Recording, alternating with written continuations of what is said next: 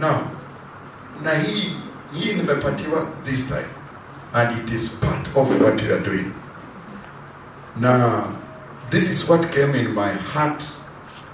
Na nikasikia hivi, whenever God wants to bless you or shift you from glory to glory, he will do 3 things.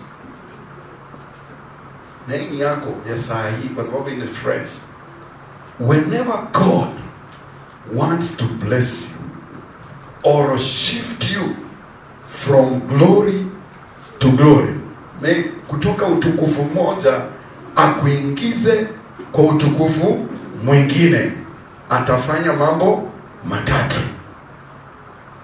Uko tayari kusikia mambo matatu? Yes. Hata hiyo uniandikie mama, lakini kwa sababu nimeandika niko nayo hapa. Jambo la kwanza lenye Mungu atafanya, he will bring some people around to help you.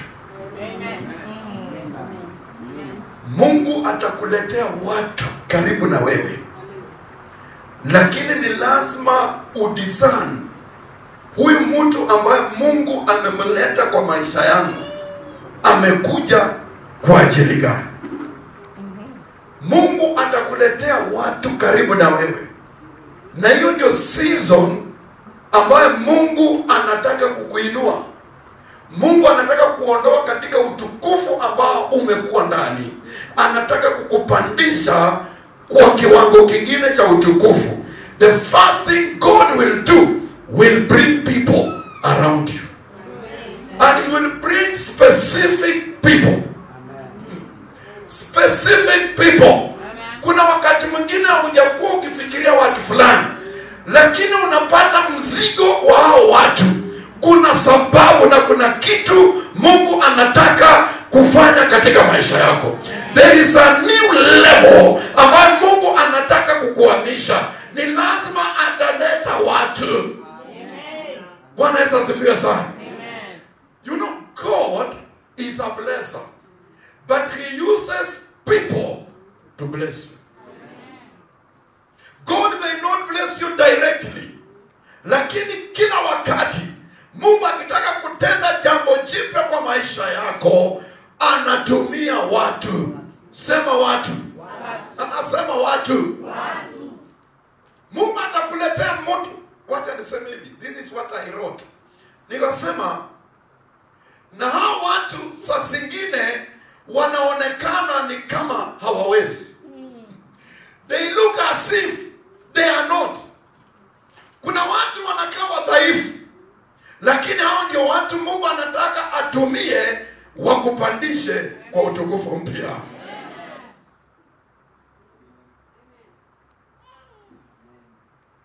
In the book of 2 Kings chapter 5, naitanga the book of Naaman chapter 5. Sasa mmesikia huyo sasa. Mungu alitumia mchakazi na akamruhusu kukaa katika nyumba ya Naaman, ambaye alikuwa jemedari mkuu wa majeshi kule Syria. Na Naaman alikuwa na kasoro, lakini kuunganika na utukufu wake wa uponyaji, alitumia mtu ambaye alionekana ni mtu dhaifu, mtu wa chini, mtu aliyedharauliwa, mtu ambaye hana urithi. Yeye ndiye alikuwa amebeba destiny ya Naaman. Amen. Unajua ule mwenye umekaa naye huenda ni mtu ambaye Mungu atamtumia kukuinua.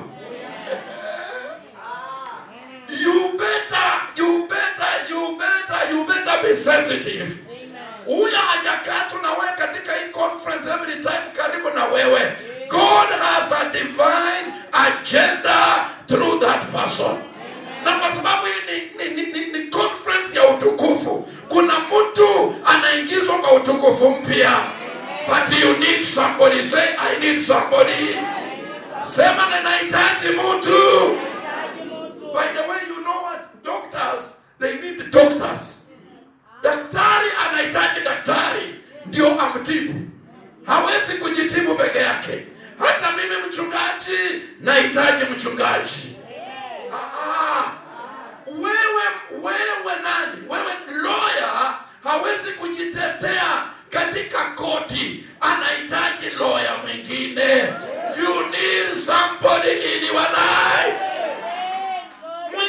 Imagine unahitaji mwimbaji mwingine. Ndugu Mwaniki anapoimba mahali hapa, hajakuja tu ya kwamba atakuwa naimba, lakini has been sent here for one person or two people. Maybe ujakuja kwa hii conference ubarikiwe na Reverend JJ. Huenda mtu wa kukuinua kwa kiwango kingine ni ndugu Mwaniki. Ule mama tu ambaye anapiga kwa jikoni, maybe you have come here because of her. Wewe tuko kwa utukufu. Sio tu utukufu kwa kunena kwa ndimi. Lakini Mungu ni lazima tushughulikie. You know, glory haineni tu mambo ya roho peke yake. Hata mambo ya kiasili tunahitaji utukufu. Hata katika jikoni tunahitaji utukufu. Unapokula chakula kinakuwa delicious and sweet and attractive, hicho ni chakula cha utukufu. Hata kama unitaki mimi nakutaka. Ambia jirani yako, hata kama unitaki mimi nakutaka. Wewe ndio wewe ndio mbaya hapa. Ambia jirani yako, hata kama utaki mimi nakuhitaji. Mwambie mimi nakuhitaji. Mshike mwambie wewe nakuhitaji. By the way, Bishop, unajua kuna watu hapa wanakaa pamoja na wajuani majina. And they have been sitting together since morning. Kwa sababu hauna haja. Kijana, wewe unajua umekaa na huyo sana na ujui. In a few years to come, she might become your wife. She might. You better get her address right now. Now when the tunayo.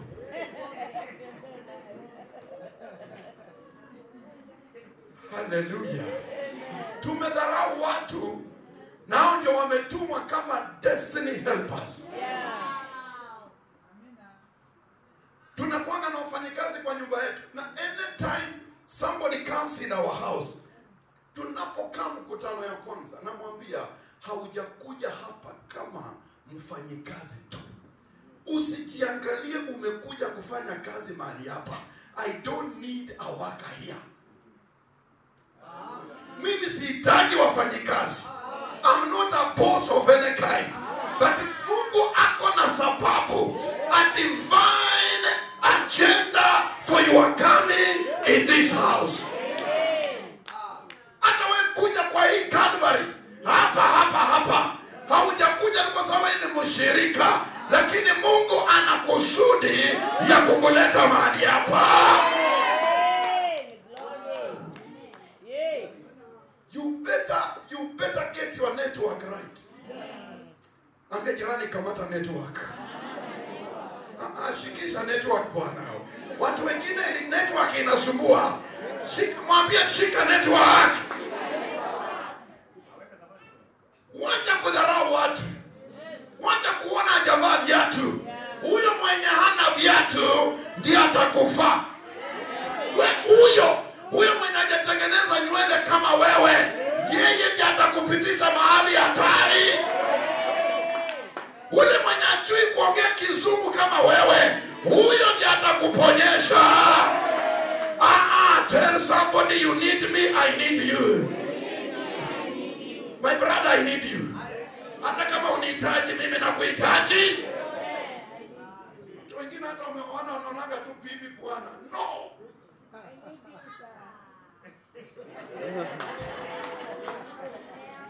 There is more than a husband and wife. Ungeoneka na mwanaume mwingine mahali, ungeoneka na bibi mwingine mahali, but God ako na sababu ya kwamba haukuoa ule Gertrude, ulioa ule Helen.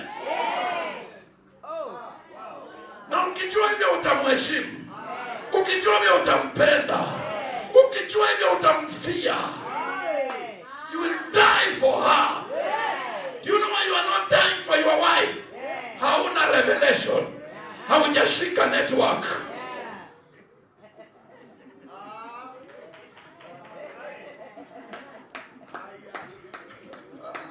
Sasa tunaenda wapi? Tuko mold. Tumeingia kwa mold. Tuko kwa glory. Sema glory. I shout glory. I said shout glory. Mungu, Bishop Mungu anataka kuinua hii kanisa kwa kiwango kingine. And you never know from this conference, whatever that you have been believing God for, your boundaries are breaking. Your territories are breaking. You are stepping into your new territory. It is a time to move from glory to glory. Kama hapa mahali ni padogo, ni mahali tunaenda mahali pakubwa. It is our time to break every barrier, to break every hindrance, to break anything that has resisted us. A time to get into our territory. Somebody shout glory. Say glory. I say you shout glory. Hatutaendelea kukaa mahali hapa. Tutaongea kama Elisha. Mahali ambapo tunakutania ni patoko. Ni lazima tutaenda into the forest. Tutaanza kukata miti. Because it is our time for another glory. Shout glory. I pray for somebody here. May the Lord bring your way your destiny helper. May somebody be spoken to. Haijalishi kama uko USA.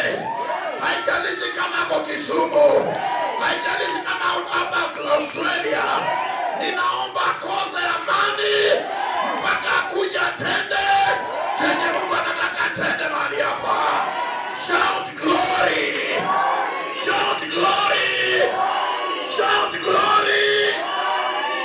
You can't continue suffering na uko chini ya mafuta kama haya. Ni lazima nitakuwa sensitive. Ni lazima utakamata network ya kiroho. Kwa sababu this is the season. Shout, this is my season. I have not heard you shout, this is my season.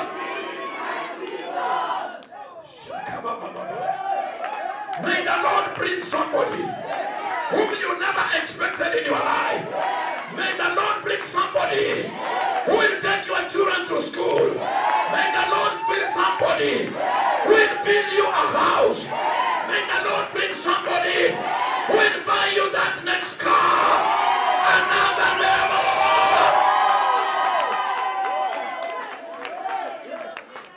Another level.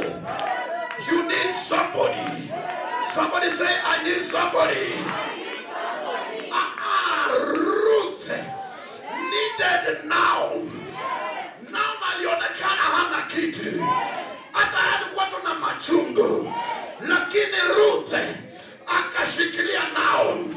Naomi akamchukua kwa next level of her glory. Your season has come. I say your season has come. Your season has come. Pastor, your season has come. I'm saying your season has come. Somebody shout new levels. Shout new levels. For you to get there, you need someone. Greet somebody next to you and say, I need you. You are the person. I need you. I need you. I need you. I need you.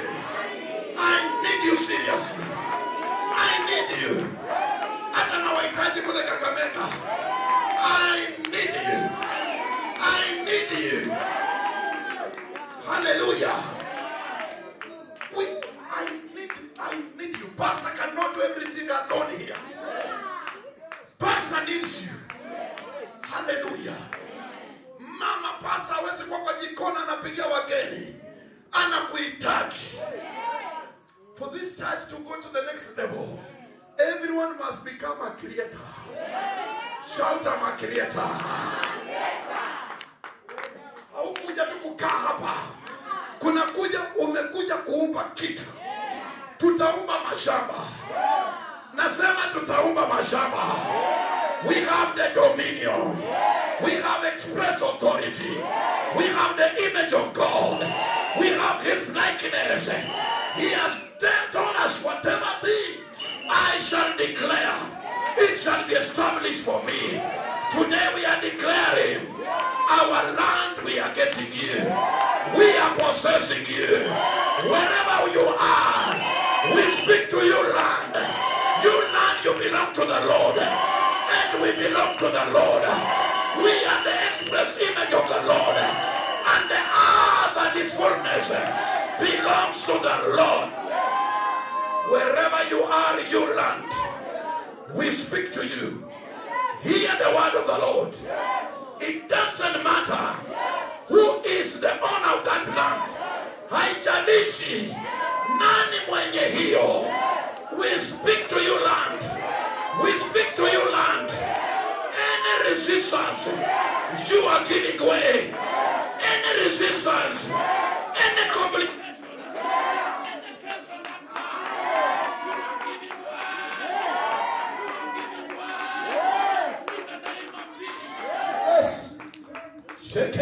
Is that the soil? You land, you belong to the Lord. And today, and the hour is now.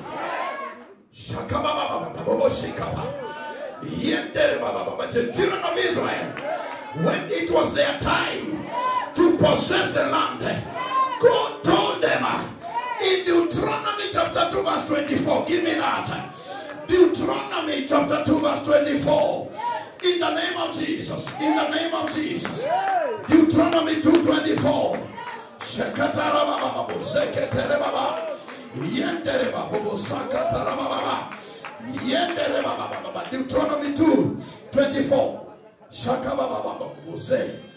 In the name of Jesus. The Bible says, rise, take your journey, and cross over the river Arnon. Look. Look. Can we read the next one? I have given into your hand Sihon the Amorite, king of Heshbon, and his land. And he said, begin to possess it and engage him in battle. Dominion is yours. Every Heshbon, every Sihon that is holding our land, oh, you are in our hands. The first person we are possessing is the king. The one who says is the owner of that land. We take captive of you. We take captive of you. You king over that land. We take captive of you. You are in our hands. We stand on this altar and we declare the land of the Amorite belongs to covenant. This is our land. And from today, we possess. Somebody walk to and fro and say, we possess our land. We possess our land. We possess our land. We possess our land. We possess our land. We possess our land.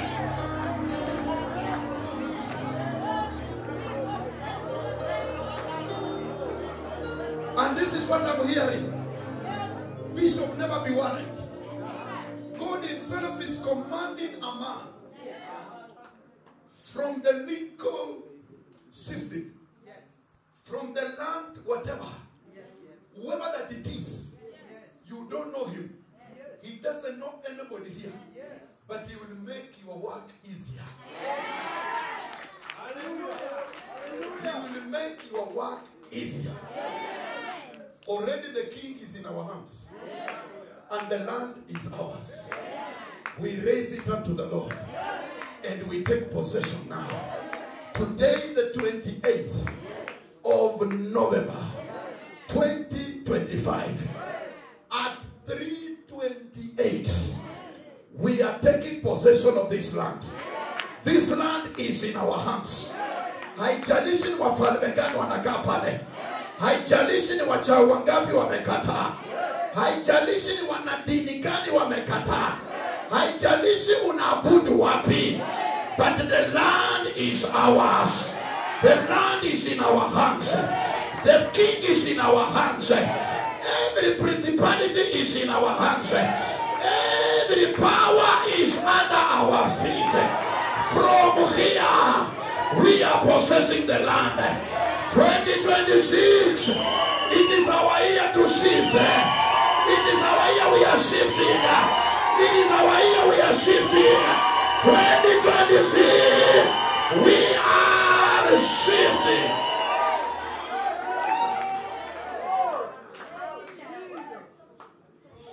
No wonder that is what God, I wanted to know what God is saying when I was in the office. But that is what is connected there.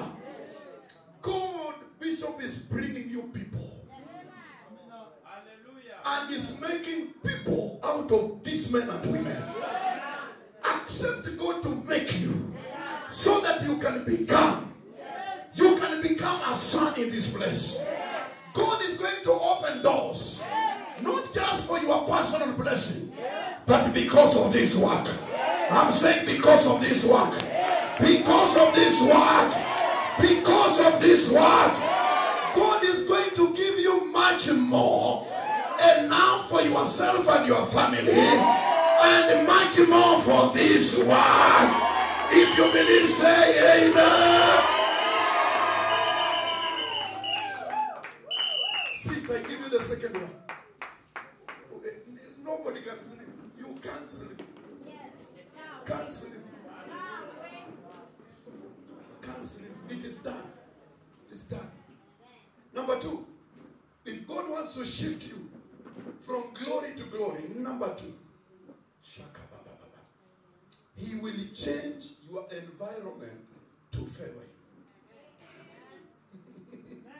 He will change your environment to favor you. Atabadilisha mazingira, sio mazingara. Wenye walifanya Kiswahili. Sijui ni mazingira ama ni mazingara. O mazingara ni nini? Uchawi. Kama ujui lugha usiongee hiyo lugha. Mazingara. Alafu kuna mazingira. Environment. What I'm seeing in my spirit is that umekaa katika hiyo environment and you have been complaining. Ya kwamba ni kama environment siwezi barikiwa. But this is the prophetic word for you. God is changing that environment in your favor. Business haikuwa inafanya vizuri. You are thinking of relocating uko. Unataka kwenda kwa soko ingine. Today, God is changing that environment. Because He wants to shift your business. Because He wants to shift your ministry. God must change your environment. Your environment ambayo imekaa na ile opposition. Imekuwa na ile opposition. I declare, may the Lord break every opposition. Wale ambao wamekuinukia mahali pako pa kazi, Mungu anaenda kuwapatanisha na wewe. You will have peace with them in Jesus' name. In fact, what is happening, Bishop, in the spirit, I can see a transaction of a new covenant. That we are making covenants with the stones of the field. That every beast in that field will have peace with me. Every beast must have peace with you. Job 5:23. Jesus. We must speak what is coming from the spirit. Job chapter 5. Job. Verse 23. Did you go to school? Yes. Help me to read there. Can we read? For you shall have a covenant with the stones of the field. And the beasts of the field shall be at peace with you. Say amen. The beasts, unajua yani wanyama. Unajua watu wenye wamekuwa ukipinga ni wanyama. Watu wenye hawakutaki mema, you know a beast. Ni kiumbe hatari. Lakini when you make a covenant, we are making a covenant with our environment. That every beast, that every man, that every woman, that every witch, that every Muslim, that every Catholic, that every SDA will be at peace with you. There is a transaction in the spirit. There is a covenant that God is making even without your knowledge. Ukifika kule mambo itakuwa sawa. Ukifika kwa nyumba yako kutakuwa na amani. Kuna mama wengine hapa mnataka kuinuka, lakini wazee wenu wamewafinyilia. Kwa sababu utapata pesa mingi na huyo mzee wako hajui kupitia kwako ndio wokovu unaingia kwa hiyo nyumba. Ninatangaza mwacha Bwana alete amani. So what God does, I've said, He will change your environment. He makes your environment habitable. I declare Kisii will be habitable for you. I declare Kisii will be habitable for me. You know where you come from. Nataka utangaze mahali unasema. Useme hapo mahali patakuwa habitable in Jesus' name. Where do you come from? Shout. Sumeka. I declare to you, Sumeka, you are habitable. Sumeka haitakutema. Sumeka haitakataa maisha. Sumeka haitakukubali. Wewe unatoka wapi? Ivakalo. Nyamataro. We declare to Nyamataro, you are habitable. You are habitable. Every land in Nyamataro, you are habitable.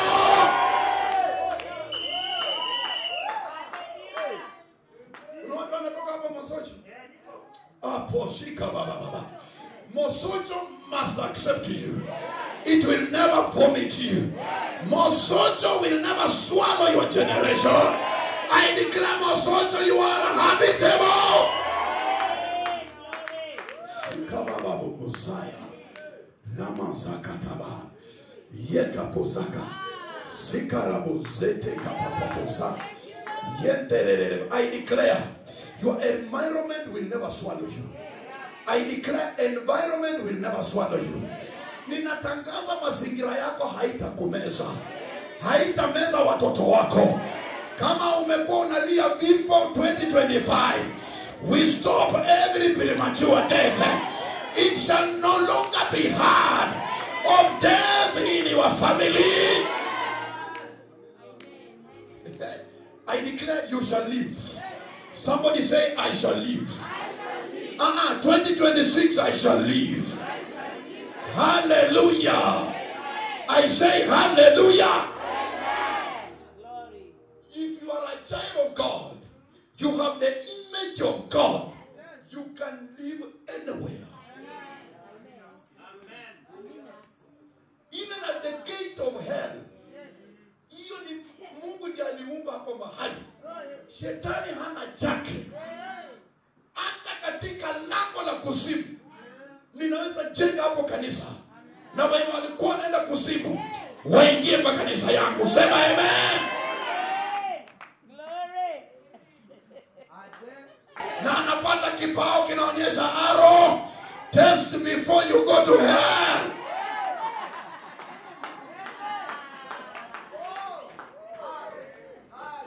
Kuna watu wengine hawataenda kuzimu hata kama unafikiria wewe ni wa kuzimu. Kuna kitu kitakataa hautaingia. Hata kama ulikuwa unapanga kwenda kufanya kituko ndio uende kuzimu, na kuambia uende. Nani alikwambia kuja hii conference? Na wahamisha wote ambao walikuwa na mipango ya kwenda kuzimu. Kuzimu haitakuona.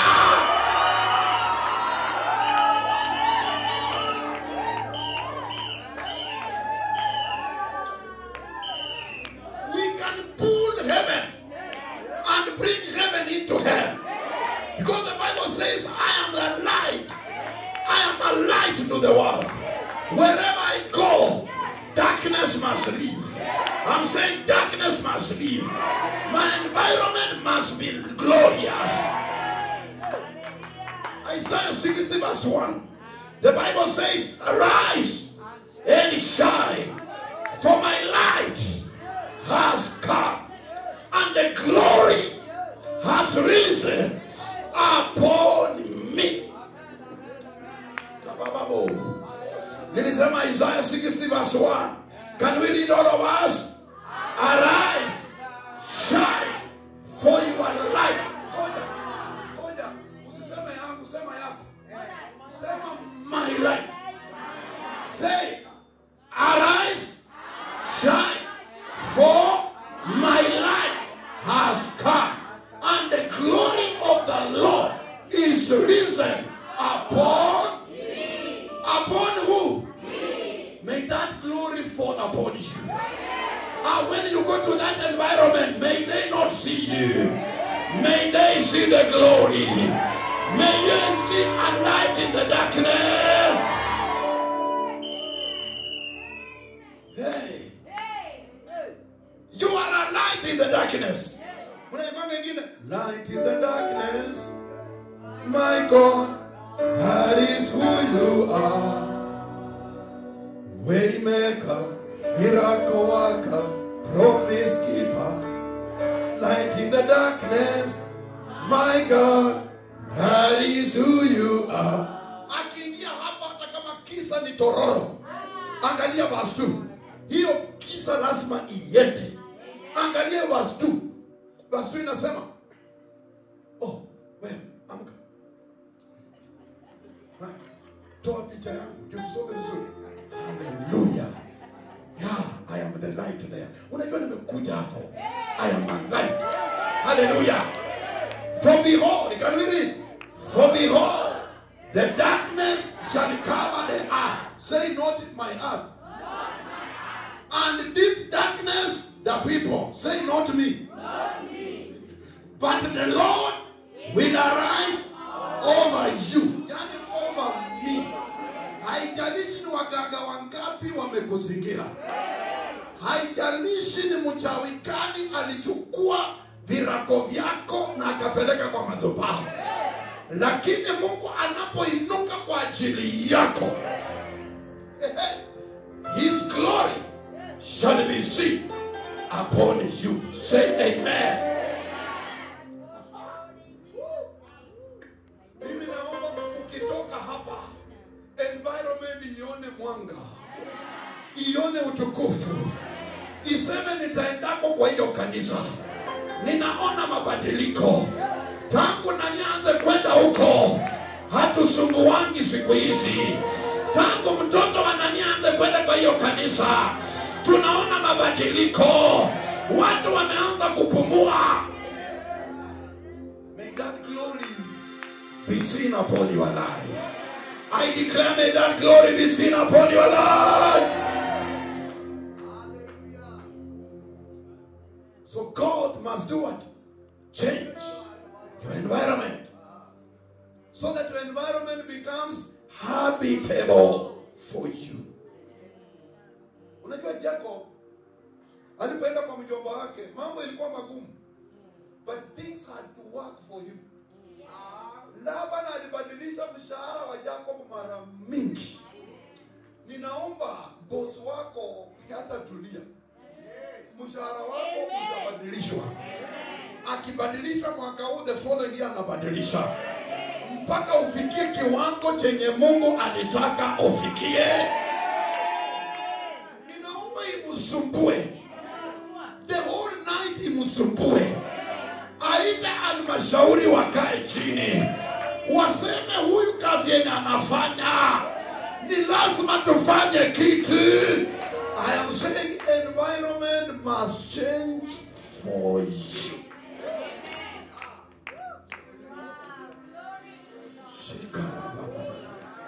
Jacob, Laban alifanya vituko, lakini huwezi chezea mtu aliye na utukufu. Huwezi chezea mtu aliye na baraka.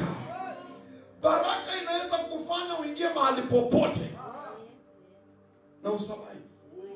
Jacob alisurvive kwa Laban. Laban unajua alikuwa mchawi. Wachawi ndio wanafanyana mambo yanakuwa magumu. Kuna watu wengine wanaofanyia kazi ni wachawi. hawataki uendelee. Lakini hiyo historia inabadilika kwa sababu kuna utukufu unapokea. Ninasema kwa sababu unabadilishwa, unaingizwa katika sura nyingine, na hiyo ni sura ya Yesu mwenyewe.